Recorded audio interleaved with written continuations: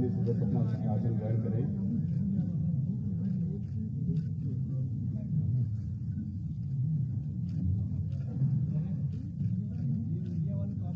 माननीय नेता सदन माननीय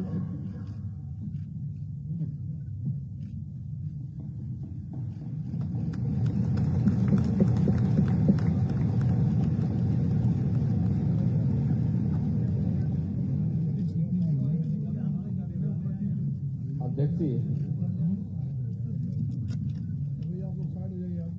18वीं विधानसभा के अध्यक्ष के रूप में सर्वानुमति से आपके चयन के लिए मैं पूरे सदन की ओर से आपका अभिनंदन करता हूं और आपको बधाई देता हूं।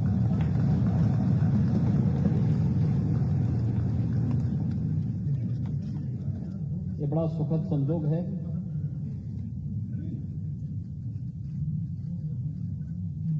कि आपसे पहले 17 महानुभावों ने इस पद को सुशोभित किया और आप 18वें अध्यक्ष के रूप में देश के सबसे बड़े राज्य के विधानसभा के अध्यक्ष के रूप में आज इस पद पर आसीन हुए हैं।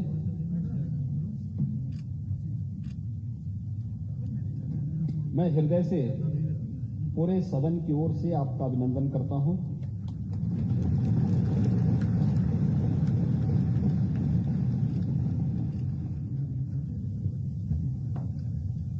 हमारे शास्त्र हमें एक बात के लिए प्रेरणा देते हैं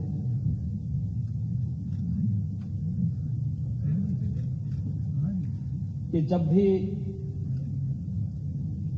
महान बनने का कोई अवसर मिले तो हमें इस अवसर से वंचित नहीं होना चाहिए। तैत्तिरीय उपनिषद ने भी कहा है कि भूत्वेन प्रमितव्यम, यानी महान बनने के अवसर से चूकना नहीं चाहिए और आपके नाम से तो महाना ही जुड़ा हुआ है।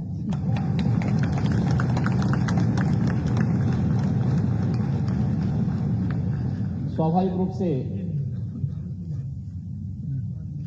लोकतंत्र के इस गौरवपूर्ण आसन पर विराजमान होना ये किसी भी सदस्य के लिए न केवल अभिनंदनीय है बल्कि गौरवपूर्ण भी। और फिर इस पीठ पर एक अनुभवी सदस्य का चयन सर्वानुमति से हो, यह अत्यंत सुखद की अनुभूति कराता है। और खासतौर पर तब जब उत्तर प्रदेश विधानसभा में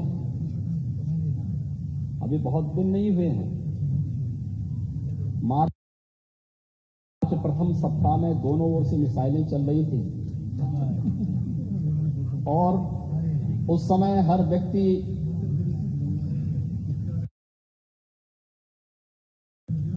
एक दूसरे के हमलों से झुलसने से बचने के लिए अपने अपने स्तर पर प्रयास कर रहा था।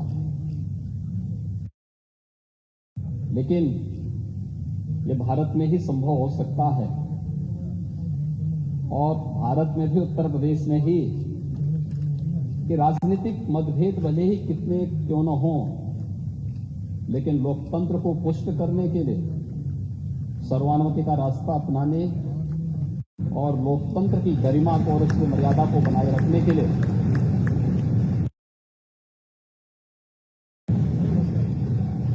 हम मिलकर के इस अभियान को आगे बढ़ाएंगे। और आज आपका सर्वानुमति से यहां पर चयन हुआ है। ये सचमुच भारत की उन मजबूत लोकतांत्रिक परंपराओं को और भी मजबूत करता है और भी पुष्ट करता है। मैं इसके लिए सत्ता पक्ष और विपक्ष से जुड़े हुए अपने सभी माननीय जो नेतागण हैं, नेता प्रतिपक्ष और सभी दलों के अपने नेताओं के साथ साथ नवनिर्वाचित सभी माननीय सदस्यों को भी मैं हृदय से उनके चुनाव के लिए और आपके चुनाव के लिए भी मैं उन सबका हृदय से अभिनंदन भी करता हूं और धन्यवाद भी देता हूं।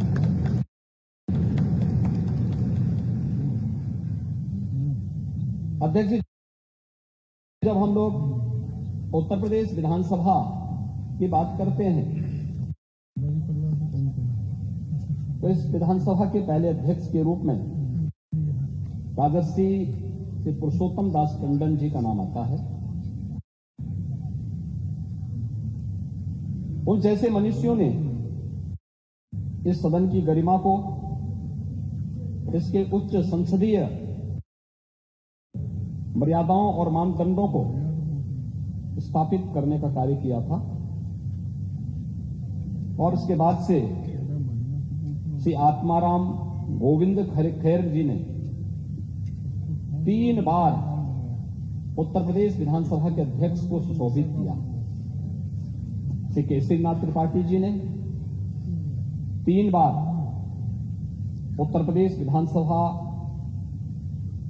के गरिमामय पूर्ण पद को सुशोभित किया और आज जब हम 18वीं विधानसभा में हैं तो इस सदन के वरिष्ठ सदस्य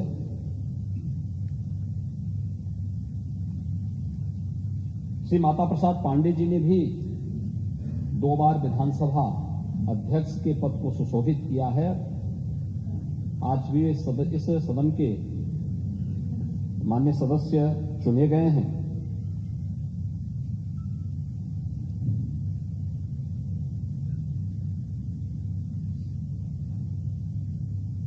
आपका चयन बहुत सारा संदेश दे देता है।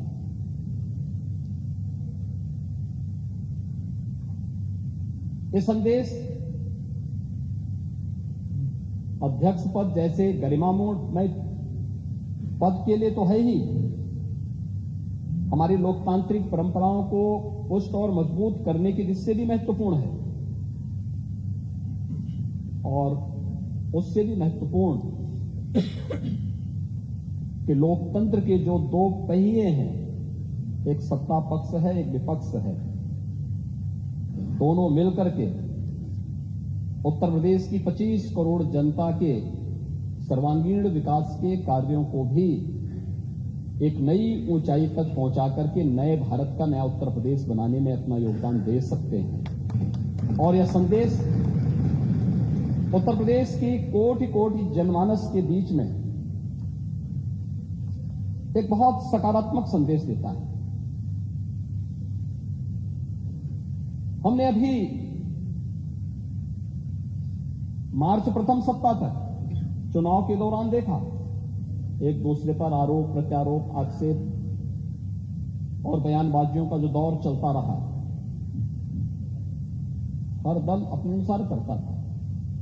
लेकिन एक चीज है जो हम देश के अंदर भी देखते हैं, उत्तर प्रदेश के अंदर भी देखते हैं, जनता कभी नकारात्मकता को स्वीकार नहीं करती, कभी नहीं। नकारात्मकता के लिए उसके हृदय में कोई स्थान है ही नहीं। जो सकारात्मक होगा, जो प्रगतिशील होगा, जो लोक कल्याण का कारक होगा, जनता उसी को अंगीकार करती है। जो नकारात्मक होगा, हमारे समाज ने, हमारे देश ने कभी भी नकारात्मकता को कभी भी कोई महत्व नहीं दिया। नकारात्मकता जीवन में कभी प्रगति नहीं कर सकती है। सकारात्मकता से ही हम न केवल प्रगति के मार्ग को आगे बढ़ा सकते हैं, बल्कि सकारात्मकता के भाव से ही लोक कल्याण का मार्ग भी प्रशस्त कर सकते हैं। और आज जब देश की अपेक्षाएं उत्तर प्रदेश जैसे राज्य से हो, हर एक क्षेत्र में हो, दुनिया जब अपने द्वंद्व में उलझी हुई हो, उन स्थितियों में भारत से जो अपेक्षाएं हैं, भारत उस प्रकार की अपेक्षाएं उत्तर प्रदेश से रखता है और उत्तर प्रदेश को उन अपेक्षाओं पर खरा उतरने के लिए अपने आप को तैयार करना है। और लोकतांत्रिक व्यवस्था में जब सत्ता पक्ष और विपक्ष मिलकर के एक साथ मिलकर के इस अभियान का सहभागी बनता है तो एक और एक दो नहीं होता है, बल्कि वह मिलकर के 11 की ताकत बनकर के मजबूती के साथ लोकतंत्र की इस व्यवस्था को न केवल पुष्ट करता है बल्कि इसे और भी मजबूती के साथ आगे बढ़ाने का कार्य करता है। उन जनाकांक्षाओं की पूर्ति करने का माध्यम बनता है जिसके लिए आम जनमानस ने हमारी इन सभी जनप्रतिनिधियों पर विश्वास किया है। ये सभी चुनाव जीत करके आए, जनता के सामने आम जनमानस ने इन पर विश्वास किया। आम जनमानस का इन पर एक नया विश्वास प्रकट हुआ है और उस विश्वास पर कहीं भी हमें कोई भी किसी भी प्रकार से उसे अविश्वास में नहीं बदलने देना है। यह हमारा लक्ष्य होना चाहिए और इस दिशा में प्रयास की शुरुआत कल से मैं देख रहा हूं। माननीय सदस्यों ने शपथ ग्रहण किया। शपथ ग्रहण करने के बाद जिस सकारात्मक भाव के साथ शपथ ग्रहण का कार्यक्रम प्रारंभ हुआ, मैंने देखा है कि कल तक यहां पर 343 माननीय सदस्यों ने एक दिन में ही शपथ ग्रहण कर लिया था। 60 माननीय सदस्य बच गए थे, उनका शपथ ग्रहण अधिकतर ने आज यहां पर अपना शपथ ग्रहण भी संपन्न किया है। और किस सकारात्मक भाव के साथ सब लोग मिलकर के इस कार्यक्रम को आगे बढ़ा रहे थे। आज चुनाव संपन्न हो चुके हैं, अब हमें विकास के बारे में सोचना है, उत्तर प्रदेश के उत्थान के बारे में सोचना है, उत्तर प्रदेश की 25 करोड़ जनता के हितों के संवर्धन के लिए सोचना है, उत्तर प्रदेश के युवाओं के बारे में, उत्तर प्रदेश की आधी आबादी महिलाओं के बारे में सोचना है, उत्तर प्रदेश के किसानों के बारे में सोचना है, उत्तर प्रदेश के मजदूरों के बारे में सोचना है और उत्तर प्रदेश के उन सभी दबे कुचले लोगों के बारे में जिनकी आवाज को देने का माध्यम लोकतंत्र ने उन्हें एक वोट के रूप में दिया है, उस आवाज को भी अब आगे बढ़ा करके शासन की योजनाओं से इसे मजबूती के साथ जोड़ने का कार्य अब सदन करे। इस विश्वास के साथ उसका एक प्रतिरूप आज विधानसभा अध्यक्ष के रूप में सर्वसम्मति से आपके चयन की इस प्रक्रिया का होना इस बात को मजबूती से और मजबूत करता है कि हम सब मिलकर के इस सदन की उच्च मर्यादाओं को, उच्च परंपराओं को आगे बढ़ाने का कार्य करेंगे। और आज आपका चयन उसका एक उदाहरण भी है। देश के अंदर विभिन्न विधानसभाएं, उत्तर प्रदेश की विधानसभा के अंदर क्या कुछ हो रहा है इसको बहुत नजदीक से देखती है। मुझे याद है जब पिछले 17वीं विधानसभा में इस सदी की सबसे बड़ी महामारी के दौरान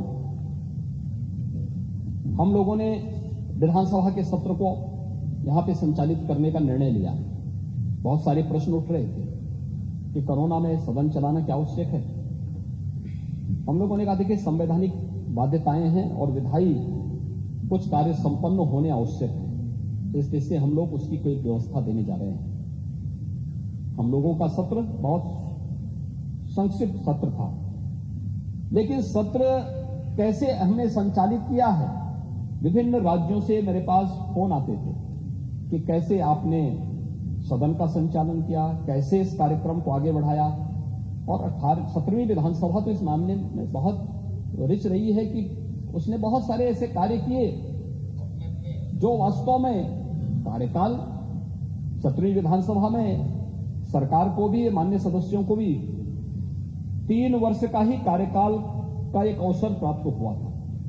2 वर्ष कोरोना जैसी महामारी से जूझते हुए व्यतीत हुए, लेकिन उन 3 वर्षों में भी पहली बार सस्टेनेबल डेवलपमेंट गोल्स पर सदन में चर्चा हो सके और लगातार 36 घंटे तक चर्चा चल सके। शिक्षा के क्षेत्र में, स्वास्थ्य के क्षेत्र में, गरीबी उन्मूलन के क्षेत्र में, अन्नदाता किसानों के लिए, पर्यावरण के लिए कैसे हम उस विकास की प्रक्रिया को सतत बढ़ाने के लिए कार्य कर सकेंगे, इस पर चर्चा होती। इस पर इसी सदन में राष्ट्रपिता महात्मा गांधी की 150वीं जन्म जयंती के अवसर पर लगातार 36 घंटे तक हमारे सदन का चलना माननीय सदस्यों के मन में आम जनमानस के प्रति बसी व भावना को प्रदर्शित करने का एक माध्यम बना था। उसने देश के अंदर एक बहुत सकारात्मक संदेश दिया। मेरे पास तमाम संस्थाओं की ओर से इस बारे में संपर्क किया गया, कैसे इस कार्यक्रम को चलाया गया, क्या गोल्स निर्धारित हुए हैं, सरकार ने उस गोल्स को अचीव करने के लिए अपने आगे की रोड मैप क्या तैयार किया है। इन सब पर एक सकारात्मक पहल आगे बढ़ी थी। यही सदन था जब हम लोगों ने 2019 में इसी सदन में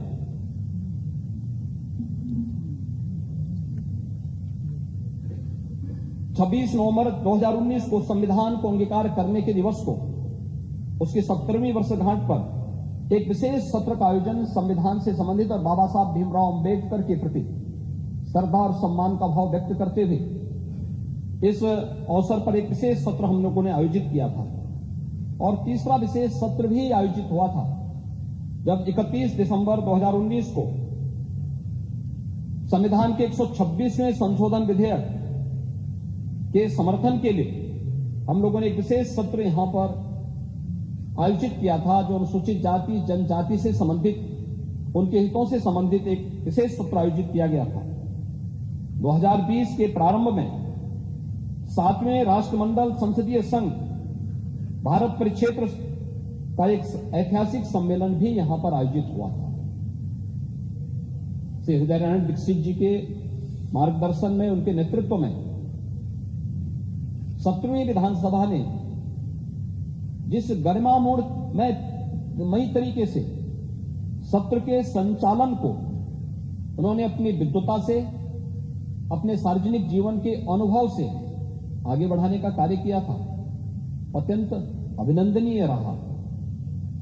और उत्तर प्रदेश विधानसभा में जिन बातों पर चर्चा होती थी, जिन मुद्दों को यहां पर उठाया जाता था, उसकी गूंज देश के अंदर विभिन्न राज्यों के साथ ही प्रदेश के अंदर भी गांव और गलियों तक भी सुनने को, देखने को हम सबको मिलती थी कि आज उत्तर प्रदेश विधानसभा में जनता से जुड़े हुए इस मुद्दे पर गंभीर चर्चा हुई है। आज उत्तर प्रदेश विधानसभा ने इस दिशा में एक नए प्रस्ताव को आगे बढ़ाया है। आज ये अलग अलग मुद्दों पर जनता के बीच में भी ये बातें सुनने को मिलती थी। वह एक बहुत सकारात्मक भाव होता है। मुझे लगता है कि जब जनता अपनी विधायी संस्था को एक विश्वास के रूप में देखती है, तो हम मान करके चलें कि लोकतंत्र के प्रति आम जनमानस के विश्वास को प्रकटीकरण करने का सबसे अच्छा माध्यम होता है। और लोकतंत्र के प्रति आम जनमानस का विश्वास लोकतंत्र को सबसे ज्यादा मजबूती दे सकता है, और उस मजबूती का आधार हमें इस सदन को बनाना ही होगा। इस दिशा से आज आपका चयन हुआ है। हम सब जानते हैं आप लगातार 8वीं बार उत्तर प्रदेश विधानसभा के सदस्य चुने गए हैं। आपके पास सार्वजनिक जीवन का एक लंबा अनुभव है। कानपुर जैसे औद्योगिक क्षेत्र में, मां गंगा के तट पर बसे हुए इस औद्योगिक नगर में जमीन से जुड़े हुए आम कार्यकर्ता के रूप में कार्य करते हुए, बूथ स्तर के कार्यकर्ता के रूप में, मंडल अध्यक्ष के रूप में कार्यकर्ता के रूप में, शिक्षा और सेवा के क्षेत्र में कार्य करने वाले संगठनों के पदाधिकारी और एक सामान्य कार्यकर्ता के रूप में कार्य करते हुए आपने एक लंबे समय तक जहां उस फील्ड में काम किया, वहीं 8 बार से कानपुर महानगर से विधायक के रूप में आपका चयन आज इस सदन में होता रहा है। आपने विभिन्न सरकारों में भी अलग अलग मंत्री पद का दायित्वों का निर्वहन किया। और कुशलतापूर्वक अपने नेतृत्व क्षमता का, अपनी प्रशासनिक क्षमता का, अपनी आम जनमानस के प्रति अपनी संवेदनाओं को प्रदर्शित भी किया है। वह आपके द्वारा लिए गए निर्णयों के आधार पर, आपके द्वारा किए गए कार्यों के माध्यम से बार बार एक सदस्य का एक क्षेत्र से चुनाव जाना, यह और वह भी तब जब दुर्भाग्य से जातिवाद की, उस राजनीति की उस आंधी में एक व्यक्ति जिसकी अपनी कोई जाति न हो, जिसकी अपनी जातीय पहचान न हो, जिसने अपने जन्म के साथ ही पैतृक रूप से महाना शब्द जोड़ करके अपने को ये कहा कि भैया हम तो सेवा करते करते महान हैं, इसलिए हम लोग केवल राष्ट्रवाद, सुशासन, विकास और गरीब कल्याण के इस अभियान के साथ जुड़ करके अपने इस कार्यक्रम को आगे बढ़ाएंगे और लगातार जनता का एक विश्वास अर्जित करना। एक चुनाव हो सकता है, 2 चुनाव हो सकते हैं, तीसरा भी चल सकता है, लेकिन बार बार चुना जाना, अच्छे वोटों से चुना जाना, हर बार मत का प्रतिशत बढ़ जाना, एक बहुत सकारात्मक संदेश है। और पिछली सरकार में मुझे उस सरकार को भी नेतृत्व देने का सौभाग्य प्राप्त हुआ था। उस सरकार में औद्योगिक विकास मंत्री के रूप में जो कार्य किया, उत्तर प्रदेश के इतिहास में पहली बार उत्तर प्रदेश के अंदर 3,60,000 करोड़ रुपए से अधिक की निवेश के प्रस्ताव और जमीनी शासन पर उतारने का कार्य करना था। लाखों नौजवानों को नौकरी और रोजगार के साथ जोड़ने, उनके जीवन को उज्जवल भविष्य की ओर अग्रसर करने में जो योगदान दिया गया, कानपुर के विकास के साथ साथ उत्तर प्रदेश के समग्र विकास के लिए जो सकारात्मक भूमिका आपकी थी, डिफेंस कॉरिडोर आदरणीय प्रधानमंत्री जी की मंशा के अनुरूप उत्तर प्रदेश के अंदर स्थापित हो और इसके लिए 6 नोड पर कार्य तेजी से हो। उत्तर प्रदेश के अंदर एक्सप्रेस वे का एक संजाल बिछे और उत्तर प्रदेश अपने इंफ्रास्ट्रक्चर के लिए देश के अंदर एक नई पहचान के साथ उभरे। ये भी उत्तर प्रदेश में औद्योगिक विकास मंत्री के रूप में जब आपने इस पद को सुशोभित किया, ये सभी कार्य उत्तर प्रदेश की जनमानस में होते हुए देखे हैं और स्वाभाविक रूप से आपने मेरी टीम के एक महत्वपूर्ण स्तंभ के रूप में कार्य करते हुए इन कार्यक्रमों को आगे बढ़ाने का कार्य किया। आज आप उत्तर प्रदेश विधानसभा के अध्यक्ष के रूप में आपका यहां पर सर्वसम्मति से चयन हुआ है।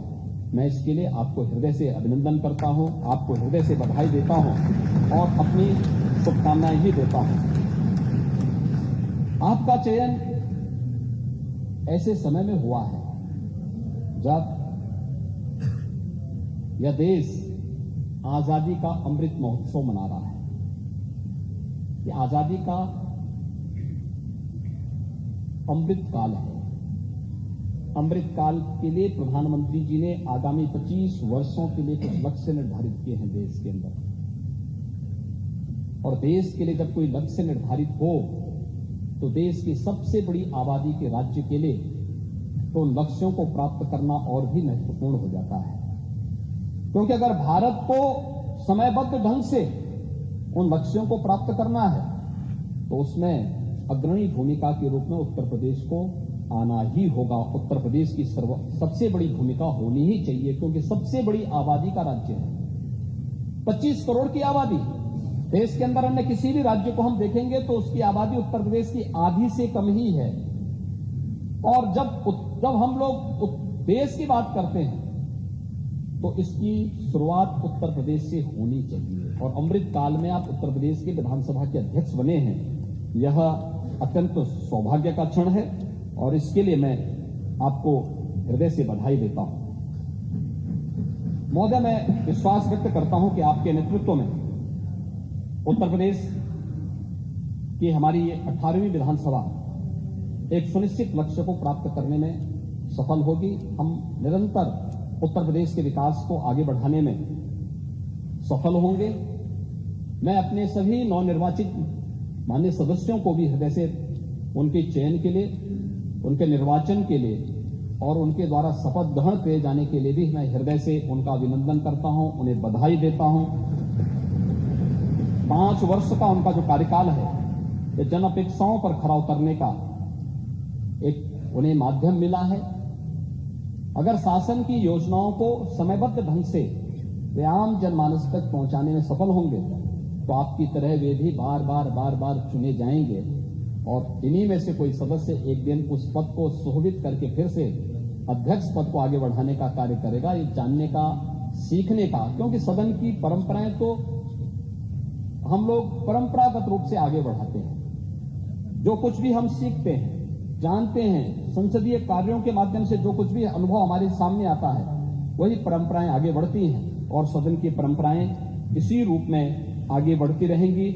एक बार फिर से मैं आपको इस पद पर चयन के लिए हृदय से, अपनी ओर से, पूरे सदन की ओर से, पार्टी की ओर से हृदय से बधाई देता हूं, आपका अभिनंदन करता हूं और विश्वास व्यक्त करता हूं कि उत्तर प्रदेश विधानसभा अध्यक्ष के रूप में आप उत्तर प्रदेश के सदन की मर्यादा को, इसकी परंपरा को एक नई गरिमापूर्ण तरीके से आगे बढ़ाने का कार्य करेंगे और उत्तर प्रदेश विधानसभा 17वीं विधानसभा की तर्ज पर, यद्यपि विगत 2 वर्षों से हम लोग कोरोना जैसी महामारी से के प्रबंधन में ज्यादा समय हमें खर्च करना पड़ा, ज्यादा समय लगाना पड़ा, एक जगह एकजुट होकर के ज्यादा जमावड़ा नहीं होना है, यह जो भी प्रोटोकॉल थे उसका पालन करते हुए हम लोग अगले 2 वर्ष में कोई कार्य इस प्रकार से आगे नहीं बढ़ा पाए। लेकिन समय समय पर राज्य के हित के लिए, 25 करोड़ जनता के हित के लिए और देश और दुनिया से जुड़ी हुई महत्वपूर्ण मुद्दों को लेकर के चर्चा परिचर्चा का एक माध्यम हमारा ये सदन बनेगा। इस विश्वास के साथ मैं एक बार फिर से आपके प्रति हृदय से बधाई देता हूं, आपकी उज्जवलमय भविष्य की कामना करता हूं और विश्वास व्यक्त करता हूं कि आपके नेतृत्व में यह सदन अपनी उच्च परंपराओं को आगे बढ़ाने का कार्य करेगा। आपके प्रति मेरी पूरे सदन की मंगलमय शुभकामनाएं हैं। धन्यवाद। जय हिंद। माननीय नेता प्रतिपक्ष नेता समाजवादी पार्टी आदरणीय श्री